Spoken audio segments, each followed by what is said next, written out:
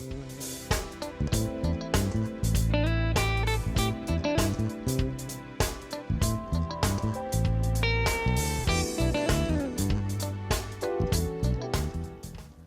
I'm Kenny Anderson, Director of Multicultural Affairs for the City of Huntsville, and welcome to Impact. Each week we bring you information about exciting and informative things that are happening in our community, and today will be no different. You know, the arts and entertainment is a very important function of any community, and anytime there's an opportunity for us to highlight something special that's happening in our community, we look forward to doing that. We're going to do just that today as we talk about a brand new play that's coming to our community, and we want to tell you all about it. The play is called Don't Let This Harvest Pass. And here to talk to us today about it are the writer and director of the play. She's also the founder of the Gospel Theater of Birmingham. Her name is Alice Robinson. Welcome to the broadcast. Thank you for having me. It is good to have you. And sitting next to her is Pastor Greg Bentley. He is the pastor of Fellowship Presbyterian Church, as well as the president of the newly minted Southern Christian Leadership Conference Huntsville chapter. Welcome to the broadcast. Thank you, sir, for having me. It's good to have both of you here today, and I know that this play is coming. I know it's being hosted by the SCLC. Let's talk a little bit about the play first, and then we'll kind of talk about the partnership that you all have established in terms of bringing this to our community. Now, tell me a little something about the play.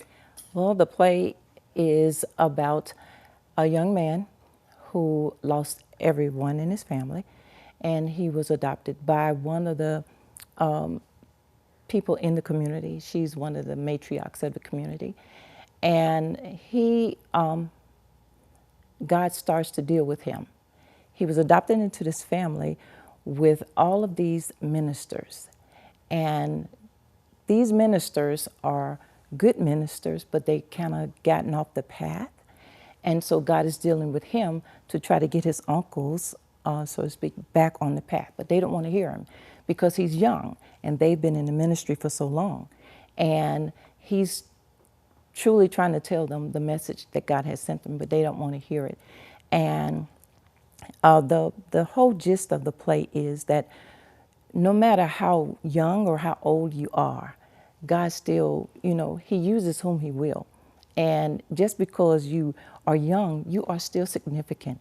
And he can use you to tell us, older people, something. And it does take everyone in the community to save the community. And his role is relevant to our young people because they feel like they're not significant in the spiritual aspect of things these days because they are young. You think it's just the spiritual aspect? I know that's the focus of the play, but from what I see in the community, I find young people struggling with relevance in a lot of areas. They're finding trouble identifying themselves in the context of their own society with some of the tensions and challenges racially that are evident and clear in our society.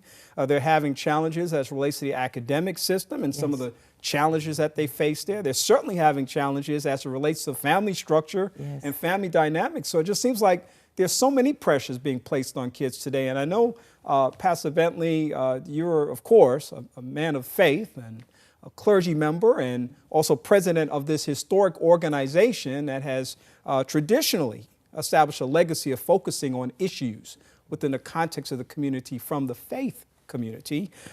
It was important for you to partner with this group on this project. Why was that?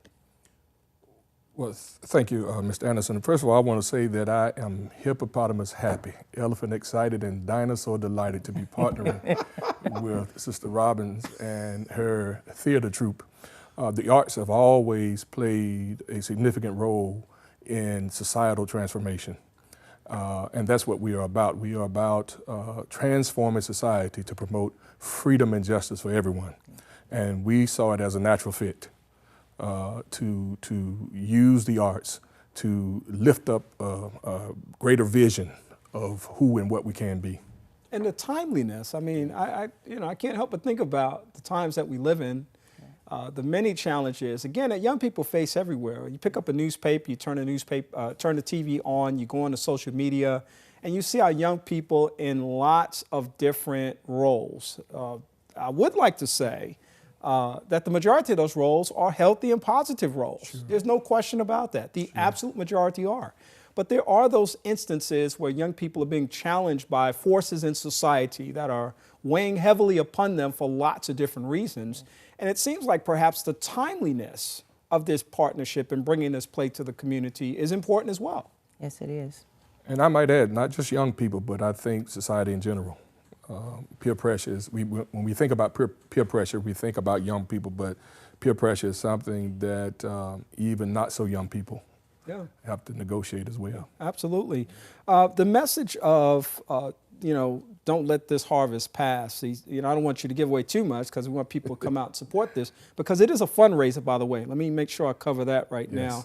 This is a fundraiser for SCLC. Yes. Okay. And talk a little bit about SCLC, Pastor Bentley, because I think that people listening today, a lot of people will know what you represent, but a lot of people won't. Yes, SCLC was founded in 1957. Three of the luminaries that were a part of it, four that were a part of that were, of course, Martin Luther King Jr., Ralph Abernathy, Ella Baker, and Fred Shuttlesworth. There were others, but those four names really stick out. We celebrated our 60th birthday this year. In fact, we just had our national convention in Memphis, and it was well attended. It was a great convention. Had a lot of young folk there. That was very, very promising to see young people reconnecting to this grand organization. Even the name of SCLC was very intentional, the Southern Christian Leadership Conference. At the time that SCLC was founded, you know what was going on in 1957, a lot of upheaval and turmoil in the country, and a group of justice and freedom-minded people came together to redeem the soul of America. And there were accusations against this group of people that they were being influenced by outside agitators, communists, atheists, and what have you. And so they were very intentional. No, this is a Southern-based movement. We're Southern, but not only are we Southern, we are Christian. We're unapologetically Christian, and we're providing leadership to our people to move from a not preferred place to a better place. And we're going to confer, we're going to come together, not just amongst ourselves, but with other like-minded people and entities. I'm curious, and I didn't know that the conversation would go in this direction, but since you're here and I can actually maybe pick your brain on your thoughts on this, one of the challenges, I know you know this from being inside the community of faith as a leader in that community, that there's a lot of pressure being placed on the church today in terms of the question of relevance. How relevant is the church to young people today, people who've been a part of it for so long? We're seeing more and more people who are being called nuns or identifying as nuns, N-O-N-E-S, meaning that they don't have any kind of church affiliation. They may casually move into church from time to time, maybe sometimes based on their circumstances and situations. But how do you define that issue of relevance as it relates to organizations like SCLC that some people perhaps see as, well beyond its time right now? Well, you become relevant. I'm going to be a little circular and redundant here. You become relevant by being relevant. Howard Thurman, great black theologian, once said you have to meet people at the ashtray level, that the church has to burst out of the four walls of the church and to be engaged and involved in the mechanisms, in the issues that impact people's lives. People don't want to hear what you have to say until they see what you are about. So if you want to win people to the banner of the church, you have to be involved in the things that impact people's lives. So I think, as I said before, you become relevant by being relevant, by being where people are. Exactly. Those struggles are real and those challenges are real, but the more that the voice of the people is not only heard, but the more that they can see their voice and their issues being dealt with and confronted and experienced in the context of the community of faith. It's going to be better for everyone, which is one reason why I'm a big proponent of service. Yes, sir. Now, this play will take place when? Let's talk about the who, what, and where, and the location, contact info. We got about 3 minutes left. August 19th at Lee High School.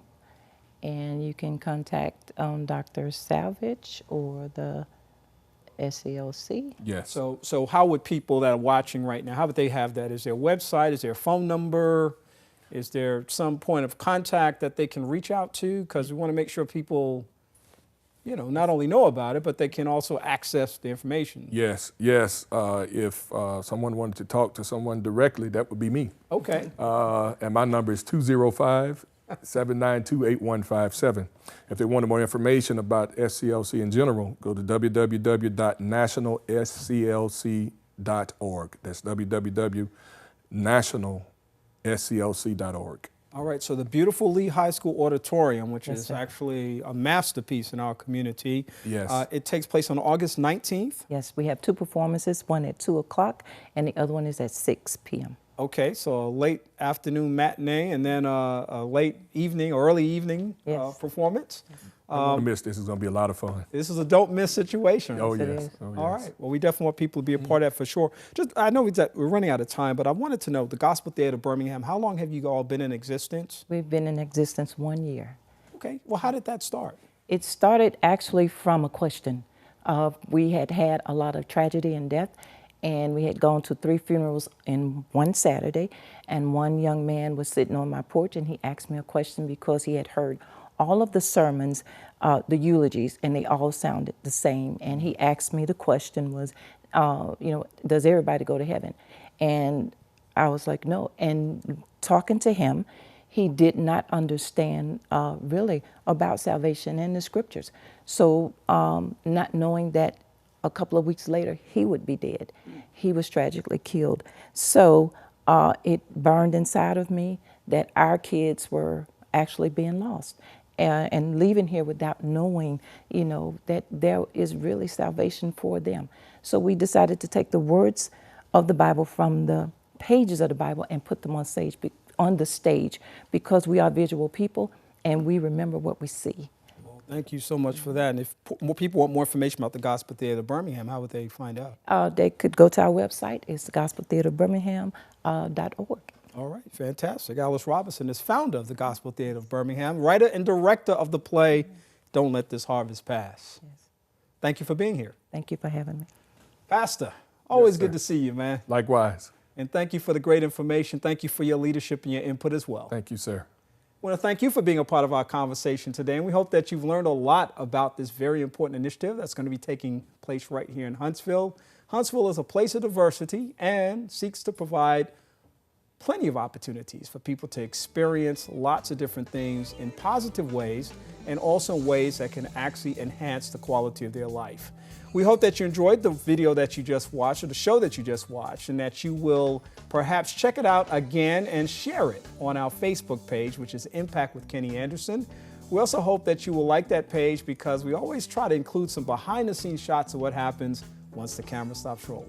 For Impact, I'm Kenny Anderson. Have a great day.